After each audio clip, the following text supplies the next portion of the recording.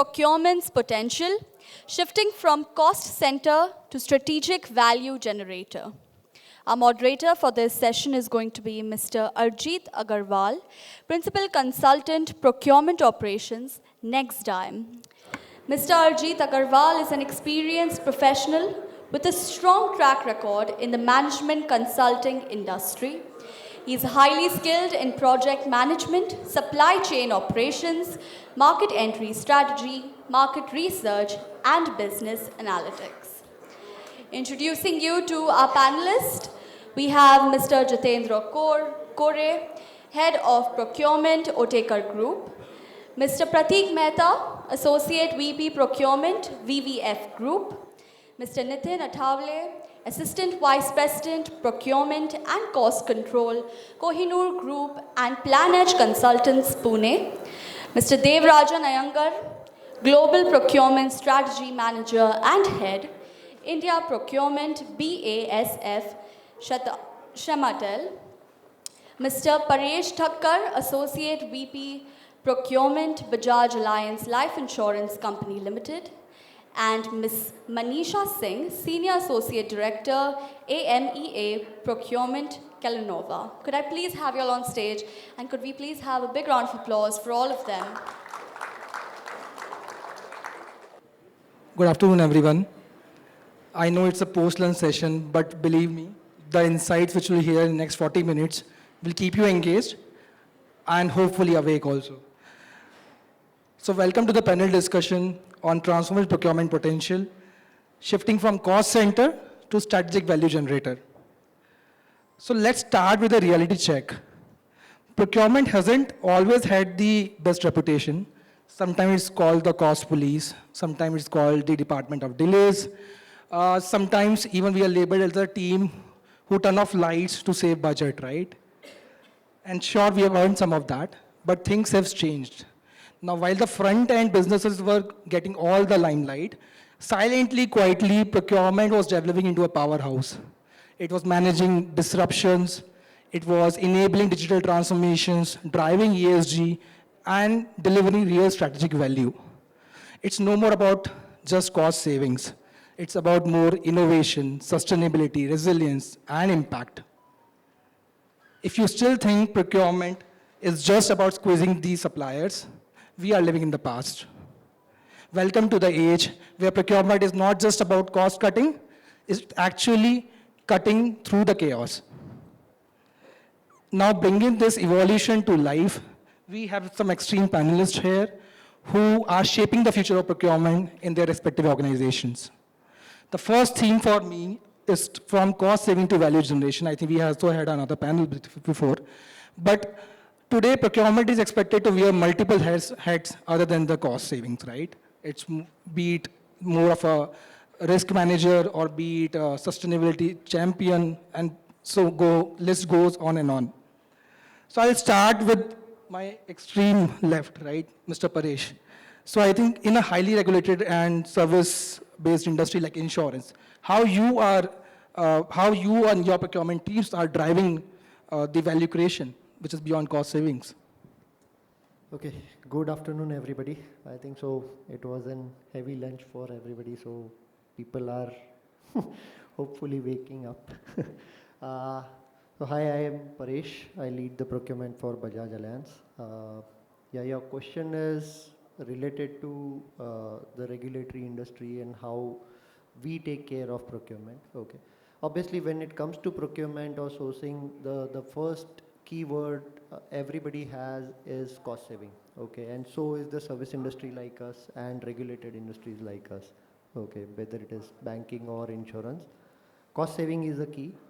But as the question is more related to not the cost saving and what all other things which we do. Okay, so there are 2 or 3 pointers which I'll put it across as my opinion when we say in a regulated industry how procurement is taken care of. We are governed by an body IRDA, so we haven't set guidelines where what things can be outsourced and what can be done in-house. Okay, so the procurement job is first to start with the basic checks on whether this particular services can be outsourced or not. Okay, so that's the first checklist which comes to us, whether any of the services which comes from the business team to us, whether we can outsource or not. So for that we have maintained a checklist right from when we empanel a vendor. So what should we check when we onboard any vendor? So that's the first checklist which we have. Okay. Second is all the manual jobs which we are doing it as a procurement person. Okay. We have tried to crop down and put down into the digitalization form. Okay. So that's where the value add come, and when there is an audit from regulatory or they ask specific questions on how do you select a particular vendor, or how do you check that this vendor is capable for doing this particular job. So this is where the digitalization things work. Means prior to say 2010 somewhere, everything was manual, and still we are facing certain audits and informations where most of the questions which are coming from 2010, 11, 12, we are still not able to gauge the what all, how we finalize this vendor, how were this contract formed. So there are questions which are still there open-ended, but more from last decade onwards, I think so. Insurance industries have been the first step to go into the digitalization space. Right from 2010, 11, 12, they started the digitalization journey. The third point is reducing the tax. Okay, so whenever there is a requirement of any of the business team, okay, so if it is an outsourcing checklist is formed and we tick that, okay, yeah, we can do this particular services as an outsource and we can give it to a vendor, the tag becomes very important, because they come with certain assumption that we will start the services with this days. Okay, so if procurement takes more time to finalize that particular vendor, it becomes difficult for business team to run the show. And being in service industry, most of the time it is driven by sales. So if sales are behind issuing the policy, then the operation team is behind us to get the vendor on board. So that's how the chain goes. So that's the second point which I'll put it. And the third point would be more of scrubbing down the mundane jobs. Again, going back to the digitalization journey. So regular PO updates, or maybe finalization of PO or agreement, it's going through a digital thing. Last thing but not least, it's collaboration with the business.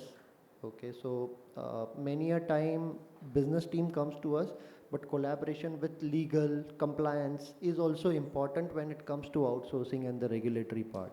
So we'll have to go back, check with them, understand what are the regulations saying to us, and not really going into a cost saving mode, what we refer to. Yeah, thanks. Oh, thank you, Mr. Paresh. And I think interesting perspective you have shared from the regulated environment, right, in which you are operating.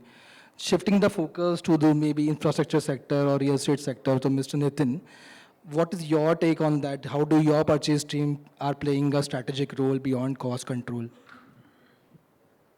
Okay. So, good afternoon to all of you. I represent Kohinoor Group Pune. We are into real estate sector, and for last 3+ decades, we are into this business, handling residential and commercial properties. Now, my basic role would be, rather is taking care of procurement and the cost control. We at the organizational level, how better we can serve our internal customer. For us, as you, many of the companies representing here are from the manufacturing sector. We also have certain vendors, we also have certain contractors on board. So our prime customer is the internal PD team, R&D team, we have the designer team, we have planning team, we have the site execution team. So all our the internal customers are there. We need to ensure that we satisfy them.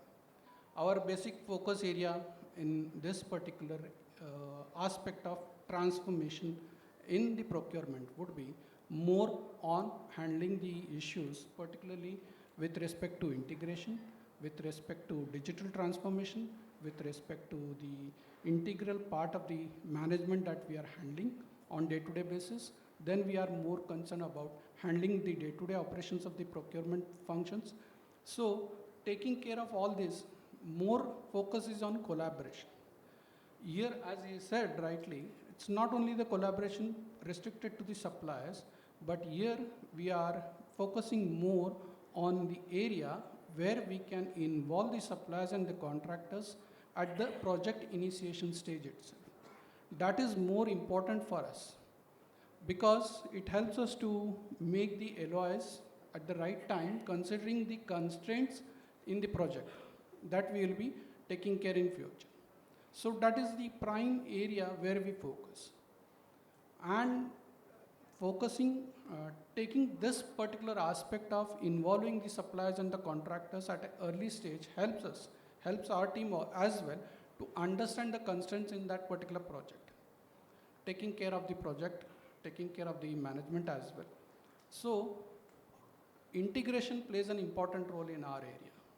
Integration, I mean to say the people, processes, the activities that we handle, functions, the softwares, the hardwares, and we need to combine the efforts of all these people together on a common platform where we can integrate, where we can interchange and exchange information together with all the sites that we are handling. Because we have almost 100+ sites running in PMC and PCMC area as well as in all over India. So we need to take care with the help of technologies itself, right? So from my side, I would focus more on collaboration part, more on digital transformation, because since morning I'm getting many insights. There's a lot of discussion on the digital transformation. We are also into that. Without technology and without the softwares, probably we cannot handle this huge volumes. So technological transformation, collaboration, integration are the key areas how we handle. No, thank you, Mr. Nitin. And I think underlining collaboration again and the similarities between insurance and be it your real estate sector, right? So collaboration is the key. That's what at least it is constrained to. So maybe moving to auto sector, right? So Mr. Jitendra, I think you have your own complexities. So how is your procurement function defining value creation? And with this EVs and sustainability in play, risk resiliency and so on, right? So many more parameters to look into. Yeah, thanks, Arjit. So we work in auto and auto ancillary industry, and our field is very dynamic. So every change is like we need it yesterday. So whenever requirement comes, it is always in urgency. So all these urgencies needs to be catered by the procurement function, and how we convert that our requirement to a value proposition. This is the new concept we got, and in after COVID-19, we got the importance in as a department, as a value creator. So what value you are creating? So everywhere now, automotive industry has lot of regulations of ESG, lot of regulations of the environment norms, lot of requirements from the clients, because every day there is a change. And in this value proposition, when the requirements are coming, so we need to map all the requirements through all the aspects. Is this product is this deal is going to give us a long-term perspective? Is this creating a real value to us? Is this proposition will help us in future? And what will be our actions for the next 10-15 years for this? So we say that we need to scrutinize source when we are giving them entry in our organization, so that once they are enter with us, they should be a partner, and that partner concept on the basis of all the actions taken by the organization, from the ESG, risk compliance, the value proposition, the improvements, the improvement culture is happening every day. There are improvements are needed to be. So all these together will take us to the value proposition. So procurement function transforms from just a cost center to a value creation. So it will give the long term. So in COVID-19, we had so many cases where people or organizations need to shut down their industries due to not availability of raw materials, due to non-availability of resources. So all these risks were happen because they don't have the reliable sources. They don't have the sources who go extra mile. So all these things needs to be taken care or considered, because when you are with the fixed set of suppliers, we need to understand each other well, and we need to support in the difficult times. So if there is new government compliance coming to the tier 1 companies, so all the tier 2 or tier 3 suppliers needs to align with that. So this is a very much important, because of the norms, and every time our India government and our India image is also increasing in the global market. So we are not just competing with the domestic, but also international market and international clients. So this is the way where we can add the value by giving the long-term perspective, the risk appetite of the organization we can increase, so that we can sustain more with the right value addition. Thank you.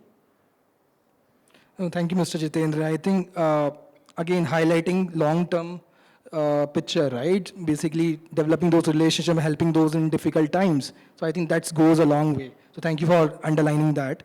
Next theme is on the procurement transformation. So various aspects of procurement transformation, as well as how it drives the overall business value. Now, just if we name procurement transformation, things come up like more on systems, tools, and all, right? But believe me, it's more about these things. It's actually the entire playbook of procurement, how you're transforming the processes, redefining those processes, even the org structures, right? Sustainability goals, and so on. So list is endless. So I'll start with you, Ms. Manisha. In the CPG and food industry, right? How is procurement transformation is enabling agility and innovation, especially in the context of evolving consumer demand and supply chain disruptions? Sure. So first of all, I belong to food industry. I have worked with several food FMCG company. And for us, innovation is extremely important. And therefore, procurement working very closely with the business function is an imperative. It is not something that we, work in silos. It is very integrated. Any project team would have, procurement since the beginning, so that we understand the nature of the demand, what it is going to be, and how it will impact my existing supply chain, whether I need to introduce a new supplier system and supply chain. Is it available in the region, in the country, or do I need to bring in from outside? And for that, we have to have sufficient time to work with our key suppliers and then bring it in. So it is a lot more complex than what we think, that, okay, it is, if it is one of the existing items, it is possibly fine. But if it is an introduction of a new item, then it brings with itself a lot of other complexity that we have to deal with. So typically, innovation does bring in new items as well, which we have to, be prepared and give the business the solution that it requires, which is cost competitive, sustainable, and which is, you have quality suppliers involved, and you promise that quality. Because for us, quality and food safety is, again, very, very important. We do not compromise on that. And therefore, how the supplier is performing over the years on quality, how is their scorecard impacting my future decisions of business allocation. For that even, we need to talk cross-functional. So suppose a quality is running a KPI and they have a dashboard and a scorecard, but is procurement also looking at the same dashboard and scorecard, or we are running our own, makes a difference, right? Because as an organization, you have to have one source of truth. And at times in many companies, while it looks to be very, very, common sense kind of a stuff, but it doesn't work that way. Everybody, tries and monitor and track their own, the same KPIs, but in their own siloed fashion. So we at times need to break them and have a unified one source of truth and then chase that. So that also becomes important. Then, agility is extremely important because, and everybody I think today since morning has been talking about the volatility, the disruptions, and therefore how fast we are able to respond to a crisis is very, very important. And that comes in with a proper BCP planning. And that happens, and that becomes a part of your sourcing strategy. Whether you're working with one supplier, you're working with multiple, and while it again looks to be very, very, easy to think that why do you only have one supplier, but there are a lot of items wherein which is single sourced. And therefore, to have a corporate or a supply chain strategy which says that no matter what is the volume, what is the spend, we must have two suppliers is a big change in itself. And there has been incidences in the organizations, and not only like current, but previous organization, wherein because of a disruption, one material not being available with a supplier, or the supplier went bankrupt, then you are completely at risk. So you cannot have a strategy which just relies on one supplier. And then to, having a local and a global supplier is a very sweet balance that we could have to support you in terms of your quality, in terms of your availability, accessibility, and also cost.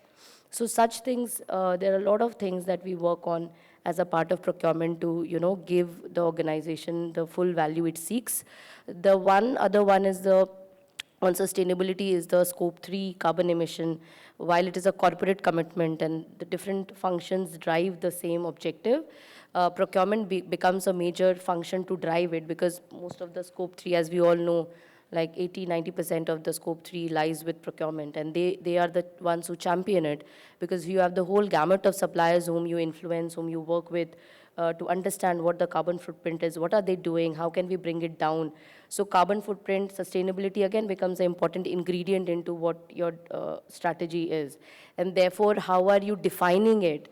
Whether it is in line with your organization, objective, and how are you further breaking it across your different categories, because some of the categories it might be easier to achieve it, some of the categories it might be far-fetched because the industry itself has not evolved.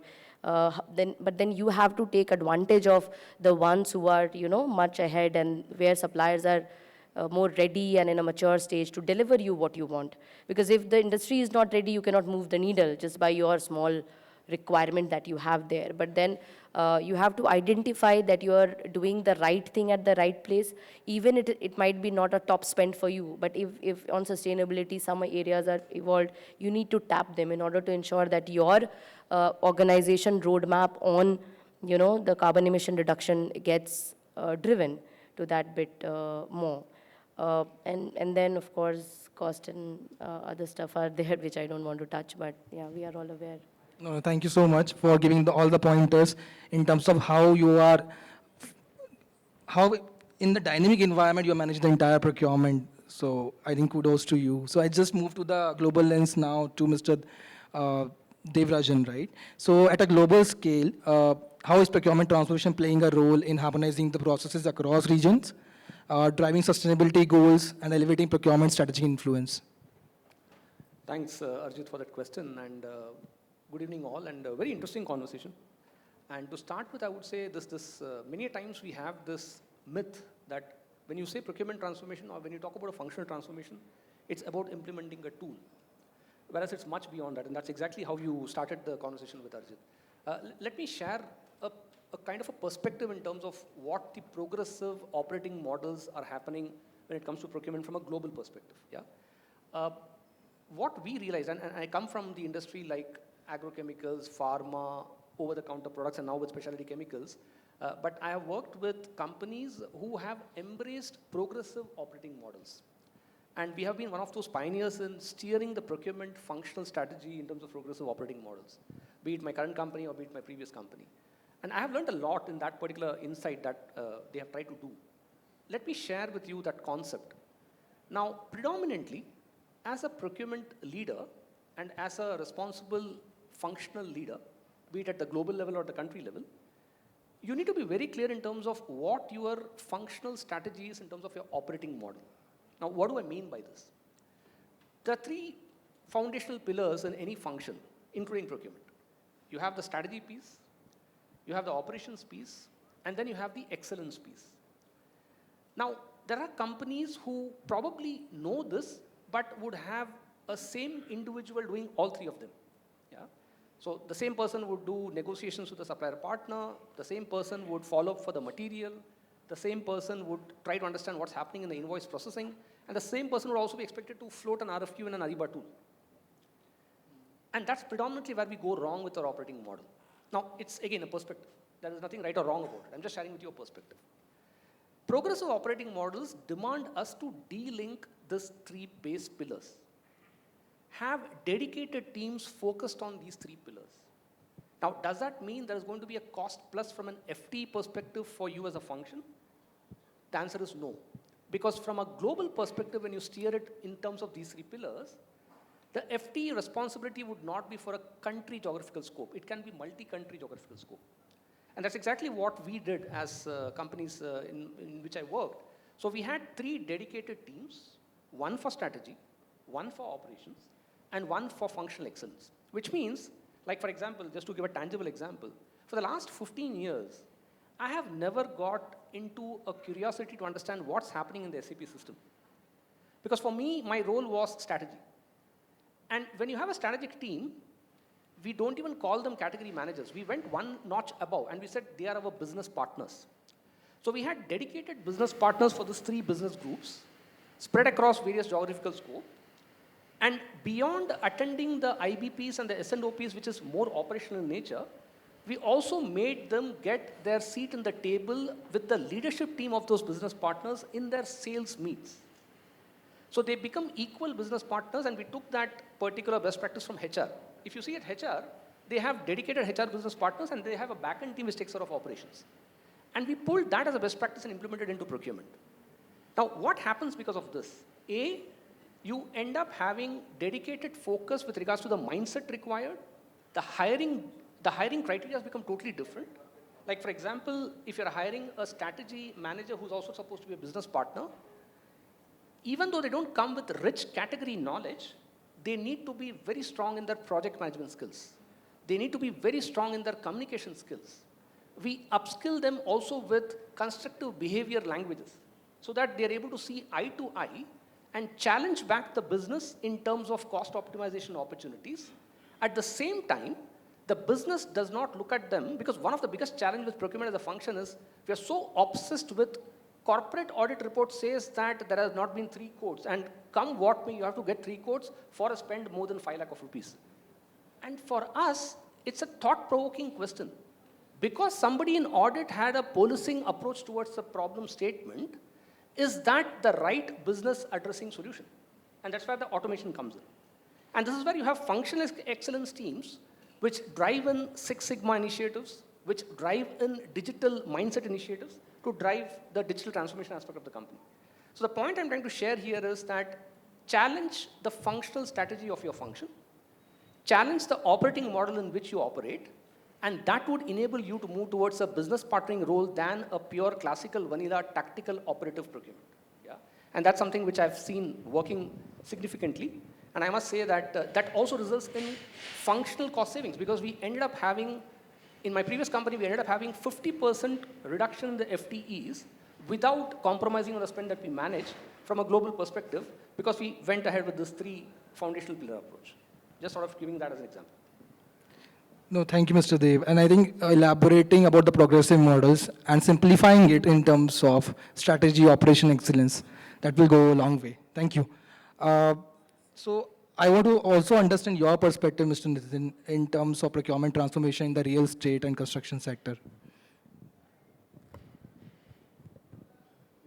As I said, that just not the transformation that we talk about, we need to focus more on the progressive transformation, because procurement professionals sitting here are more concerned about not just the transformation, but what is the value that we are going to add to the entire chain, correct? For last so many decades plus, we are exposed to lot many technologies, right? So many verticals across the board, right? So much of exposure towards the softwares as well the hardwares and the talent that we all represent. But till now, we still check with our subordinates, गाड़ी आया या नहीं आया, site पे गाड़ी पहुंचा या नहीं पहुंचा. We work with so many softwares in the organization, but still we rely on these teams, and that is the area probably I have, it still triggers to me that ये बार-बार question क्यों आ रहा है? Why still we ask this question? Why still we call these transporters? Why we still call the vendors? just to check where is the shipment, right? So probably digital transformation से data तो आ रहा है, probably we are not able to rightly judge where exactly the shipment is, even though we see it on our dashboards. Still हम लोग सवेरे phone करके पूछते हैं कंटेनर कहाँ है, check करो, right? So digital transformation is through the help of technologies. Integration का तो already हमने बात कर लिया है. My focus point and my area of concern is more on aligning this particular aspect of people's mindset to integrate with the technologies. Because we are trying to get help of our estimation teams, we are trying to get the help of our planning teams, and our project schedules are being aligned with our PRs. That is the area where we need to focus upon as a leader or as a procurement professional. How best we can align those things, correct? Then we need to check whether the digital transformation and the technologies that we are going to incorporate are hampering our own productivity or not. Because the conversion or merging from the legacy software to the new software takes time. There are certain challenges at the entry level. There are certain challenges at the merging level. There are certain challenges during and post implementation of the software. So transformation is all about understanding how smoothly we can accommodate these changes. And that is the real role of the purchase professionals sitting here. Rest technology can take care, but we need to align the interest of individuals working in the organization or in our teams for the betterment of the projects. That is more important from my side. Oh, thank you, Mr. Nitin. And I think if the inputs are right in the digital transformation initiatives, right, the output would be great. Otherwise, system would be working, but if things are not collaborated enough to get the right entry into that tool, right, if you're talking about, output will not be great. It will be garbage in, garbage out, right?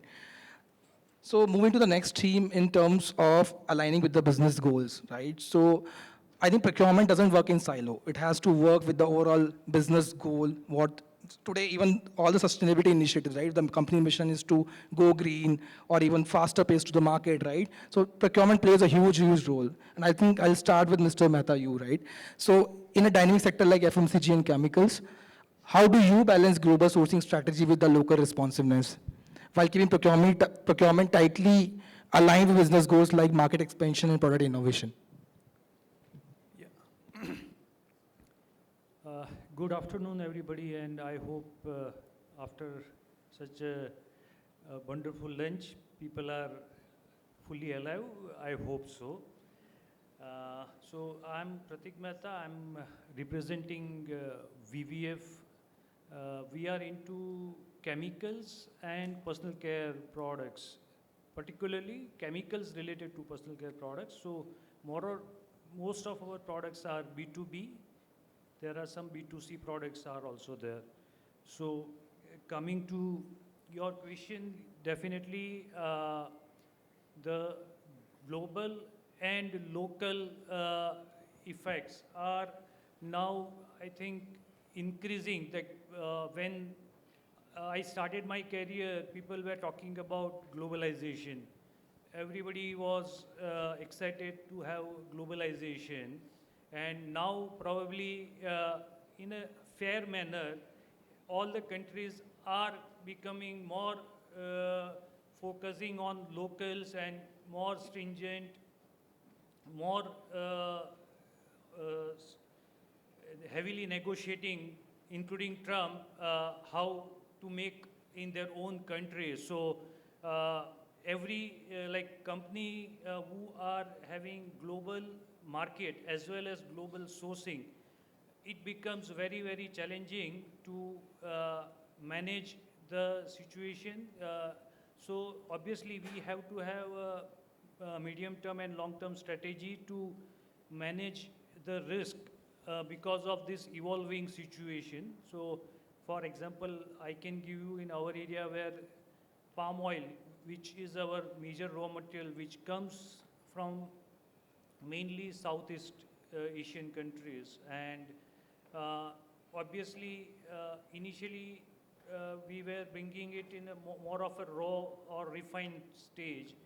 But they, as a country, they are also not interested in allowing other countries to take away non-value added products. So they are now regulating through the export levies, and which is impacting our business directly. So we have to change our strategy. We have to have manufacturing facility over there to add certain value over there and then bring it for Indian market. This is one of the change which has come up in last couple of years and decades, that is pushing global companies to work with all the countries where they are operating. So this is same applicable for other products, where if you are dealing globally, I think that's where we need to continue to evolve. Well, thank you, Mr. Mehta. And I think thanks for elaborating. It's not about global or local. It's about the agility and mindset, how you tackle those problems.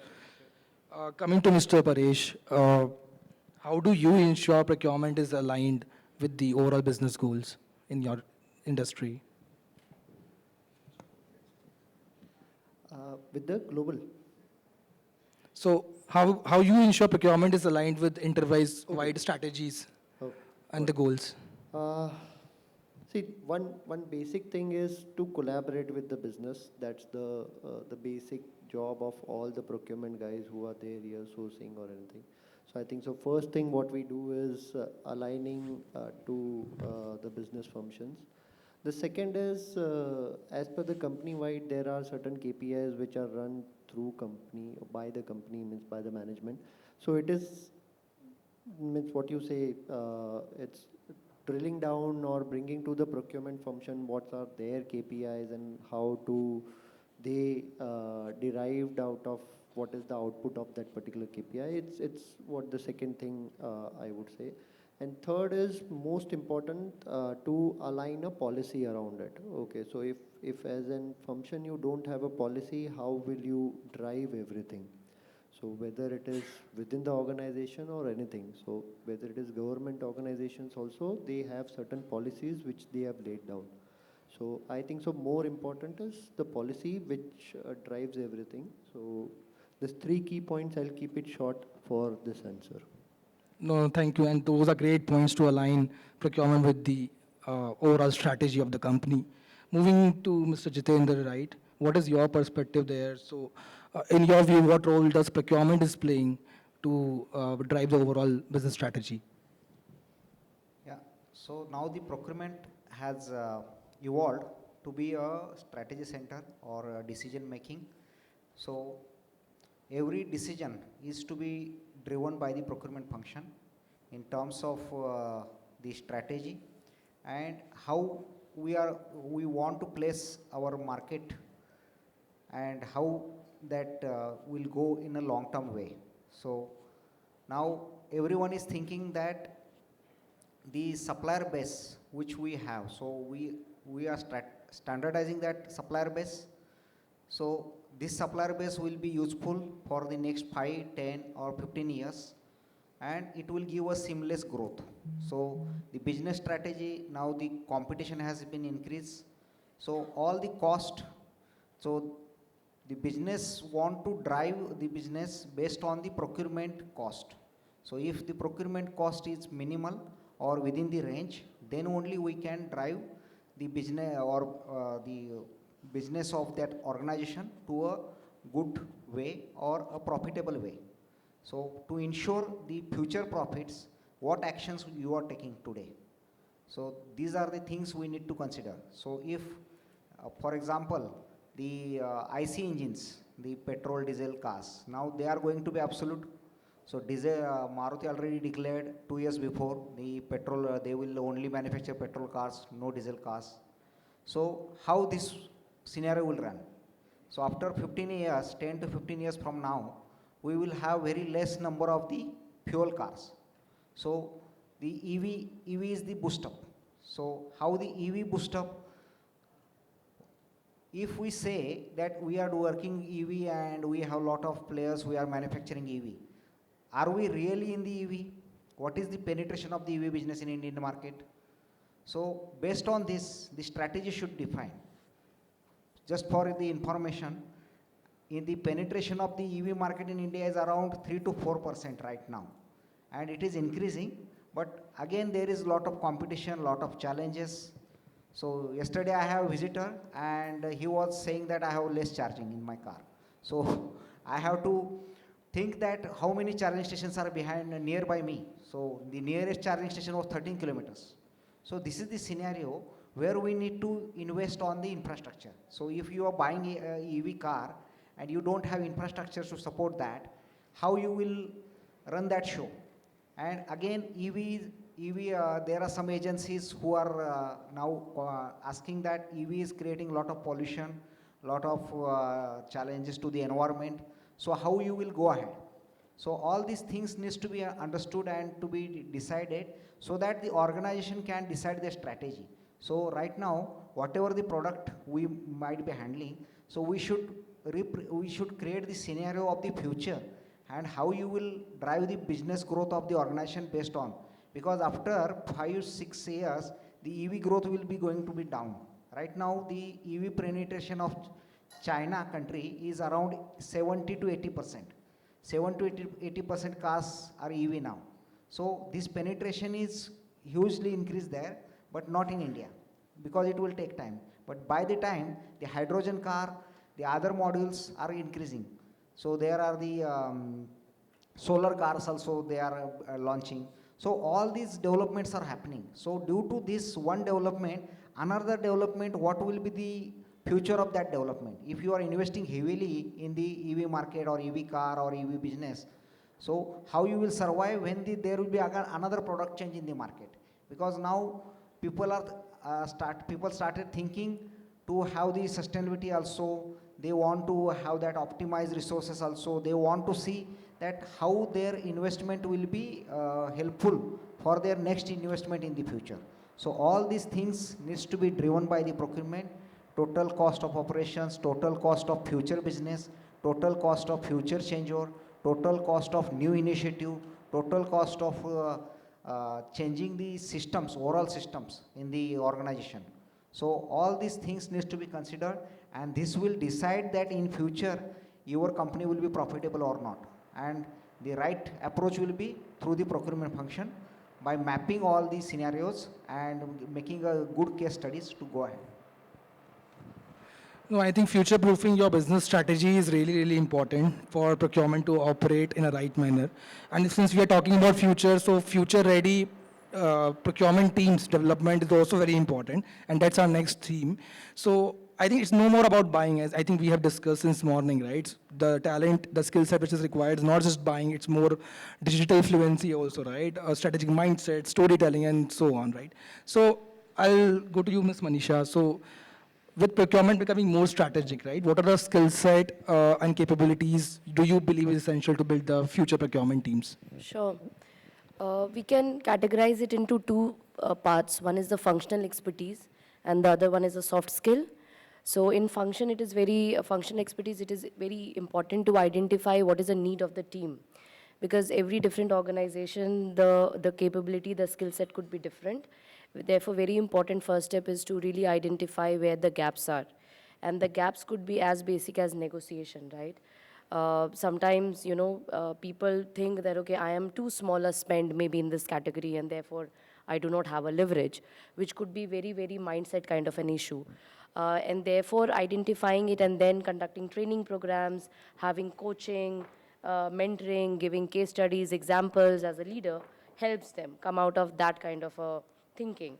The other could be strategic thinking, critical thinking. At times, people, if they are operating from a number of experience doing a certain kind of job, they become too, they have preconceived notions, or say they have a certain way of working or a certain kind of success that they have achieved in the past. And therefore, to make them open to new ideas, to, help them assess things objectively, You at times need to have those kind of, skills development, which is slightly on the softer side, but then how can you remove bias from their thinking? How can you bring in objective thinking? How can you really split the task, make them see the different aspects of a particular sourcing, not just cost? So there are a lot of things that could be done in terms to develop the skill set of the team. And then, of course, the digitization. How are they seeing things? Do they see things in silos, one step at a time, or do they see end-to-end integrated, part of the entire delivery or solution?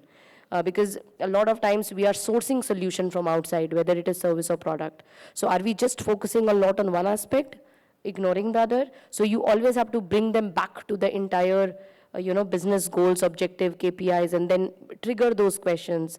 Is this aspect addressed? And make them think about it, rather than telling them, oh, get me this and, do it this way or that. So you have to develop that thinking ability in the team, which is very important.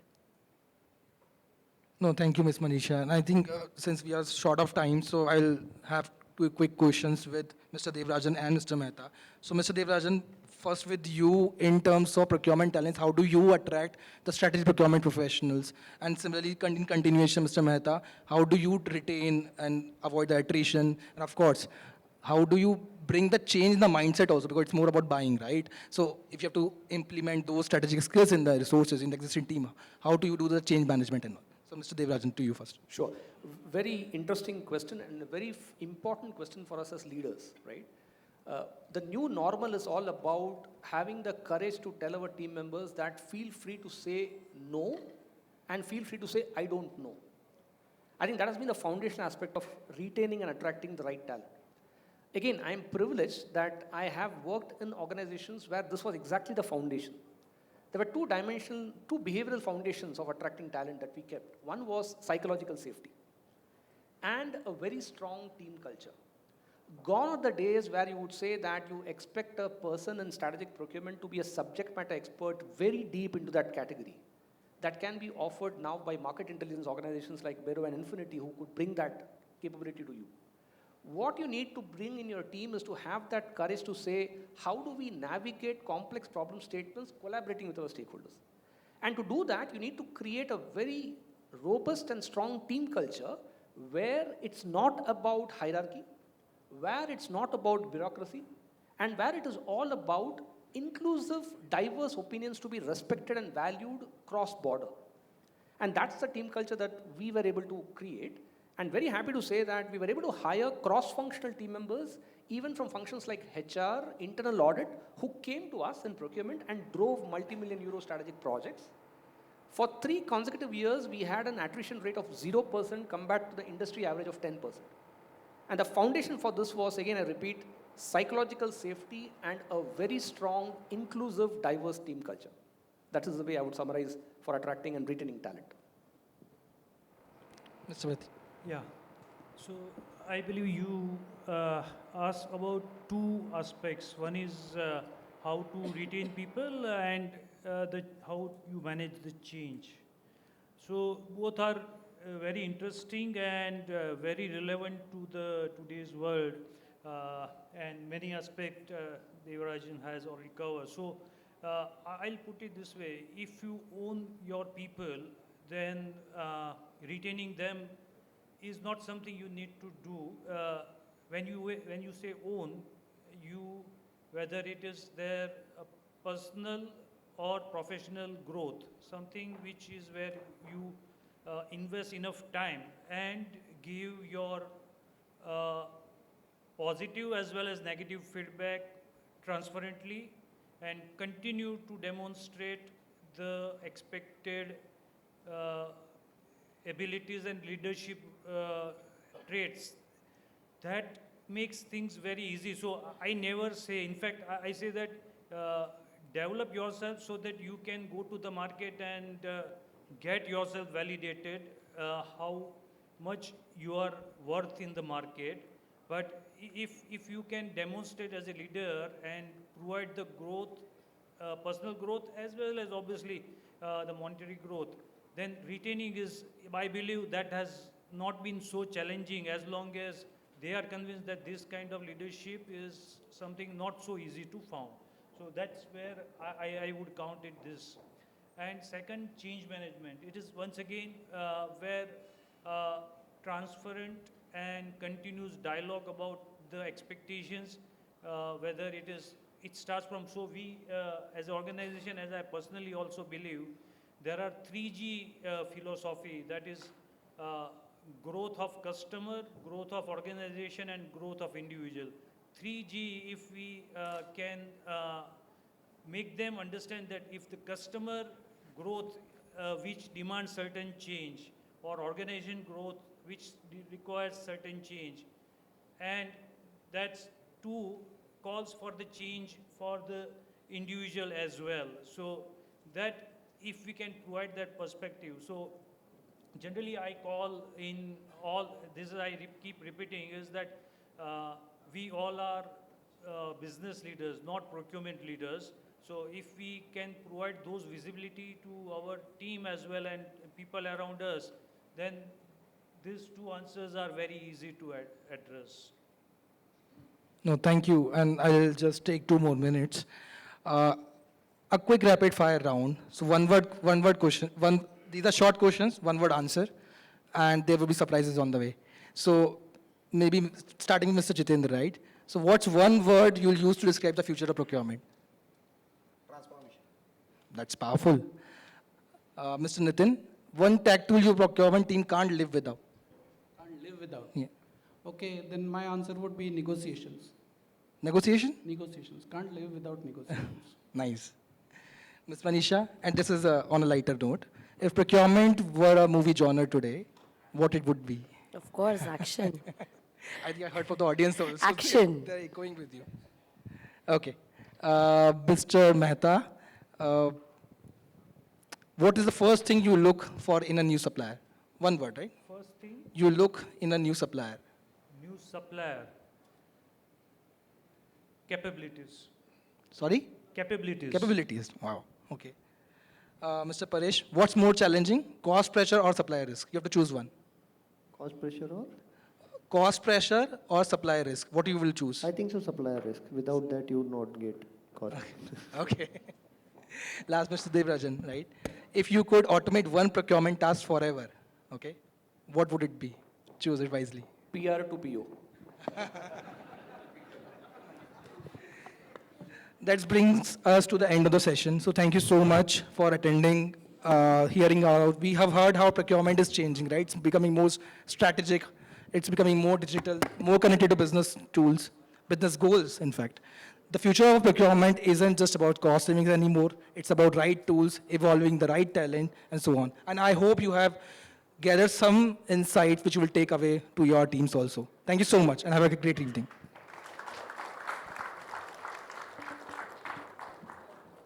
Thank you so much. Requesting all of you to please stay back, and I would like to call on stage